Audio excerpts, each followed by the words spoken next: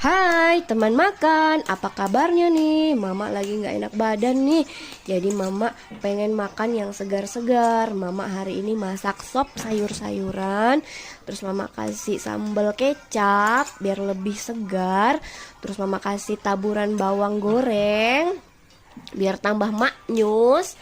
Nah, terus dimakan hangat-hangat, seger banget, cocok dengan keadaan mama saat ini.